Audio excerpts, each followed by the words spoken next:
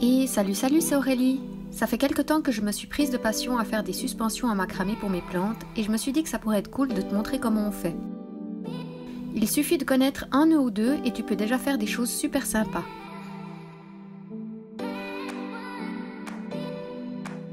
Alors comment faire? Il te suffit d'avoir de la corde et des ciseaux.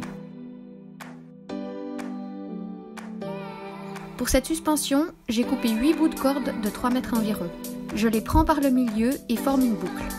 Moi, je choisis de les attacher à un bâton car je trouve plus facile, mais libre à toi de le fixer différemment. Dans tous les cas, il est préférable de le fixer quelque part, si possible à plat, ça facilite la réalisation des nœuds. Ensuite, je prends un bout de corde d'environ 50 cm. Je vais l'utiliser pour réaliser la boucle qui servira d'accroche à ma suspension. Je la pose au niveau où je veux rassembler mes cordes. Je forme une sorte de U. Je le tiens avec ma main gauche et avec ma main droite, je tourne le reste de la corde autour de mes 16 cordes.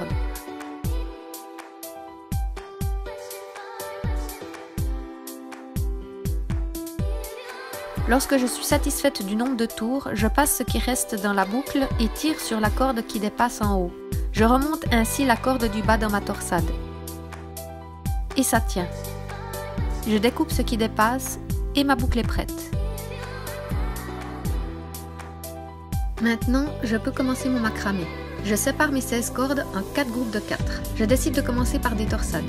Pour faire des torsades, tu prends tes 4 cordes, tu fais une boucle à gauche, ensuite tu prends la corde de droite, tu passes sur la corde de gauche et ensuite sous les 2 cordes du milieu pour ressortir par la boucle de gauche. Tu tires sur les 2 cordes jusqu'à bien serrer le nœud en haut. En répétant ce nœud, il finit par tourner sur les cordes du milieu, d'où son nom de nœud torsadé. Je trouve ça plutôt joli pour commencer. Ça permet de bien regrouper mes cordes avec un joli effet en ressort. Je répète l'opération 15 fois de suite pour avoir une jolie longueur et sur les 4 groupes de cordes.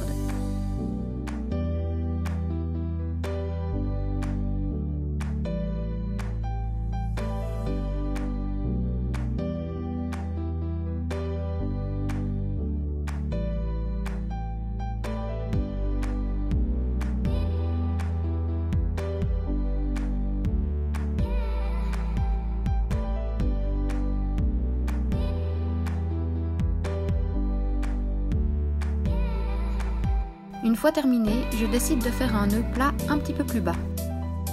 Pour faire le nœud plat, il faut commencer de la même manière que pour le nœud torsadé. Sauf qu'ensuite, plutôt que de continuer toujours dans le même sens, je vais faire exactement l'inverse. Du coup, cette fois, je fais la boucle à droite. Je passe la corde de gauche dessus. Ensuite, dessous les 2 cordes du centre et ressort dans la boucle. En inversant les boucles, le nœud reste plat. On peut le faire une seule fois ou le répéter plusieurs fois. Je fais donc un nœud plat sur les 4 groupes de cordes. Pour la hauteur, j'y vais complètement à l'œil, de sorte que ça fasse joli. J'essaye de tendre mes cordes au maximum les unes à côté des autres pour réaliser mes nœuds à la même hauteur. J'essaye d'être bien parallèle pour faciliter la manipulation.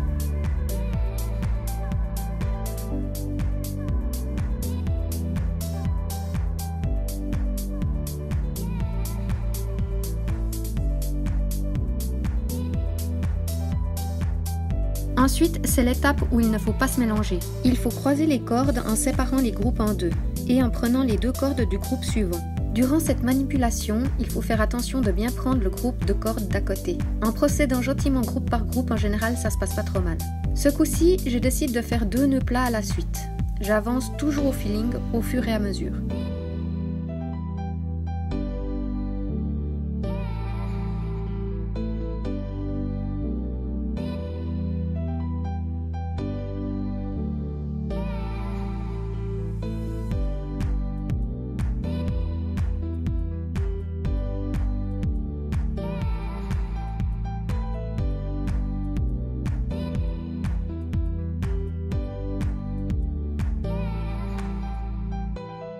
Lorsque j'arrive au dernier groupe, la suspension commence à prendre forme. Il faut faire attention à faire les nœuds sur les cordes bien positionnées.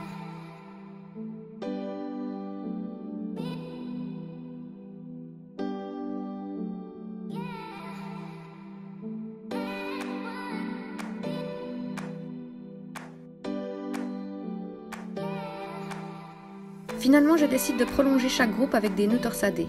J'en ajoute 10 à chaque fois.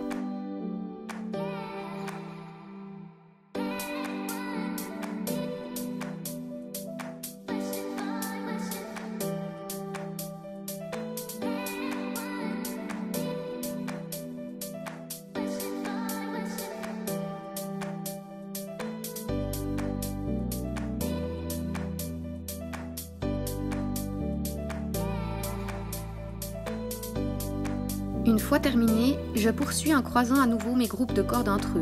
Je les sépare en deux, reforme des groupes de 4 et cette fois je décide de réaliser un nœud plat et demi. C'est-à-dire que je fais un nœud plat et que je ne finis pas le second.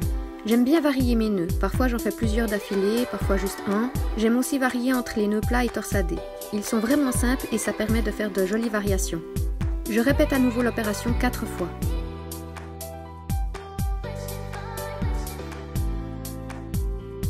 Je continue en faisant la même chose, je croise de nouveau mes groupes de cordes en faisant comme avant un nœud plat et demi à chaque fois.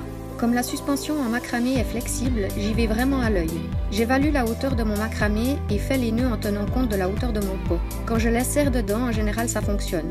Ou alors je choisis mon pot en fonction de ce que ça donne. Si tu veux être sûr d'où tombent tes nœuds, je te conseille de prendre le pot que tu as choisi et de le mettre à côté de la suspension quand tu es en train de la réaliser. Comme ça tu peux décider exactement où placer tes nœuds en fonction de la hauteur de ton pot. Au début c'est peut-être plus facile, mais tu verras, on se fait vite la main et ensuite tu n'as plus besoin d'avoir ton pot à côté pour évaluer la hauteur de tes nœuds. Et voilà, ma suspension est assez longue à mon goût. Je la termine de la même manière que je l'ai commencée. Je prends à nouveau un bout de corde d'environ 50 cm. Je regroupe mes cordes, pose ma corde dessus en forme de U. Je tiens le tout fermement et tourne autour en serrant bien. Fais bien attention de laisser dépasser suffisamment de cordes en haut pour que tu puisses tirer dessus à la fin. Une fois terminé, je passe le reste de ma corde dans la boucle en bas, tire sur la corde qui dépasse en haut, et une fois que ma corde est bien remontée et bien coincée dans ma torsade, je peux couper ce qui dépasse.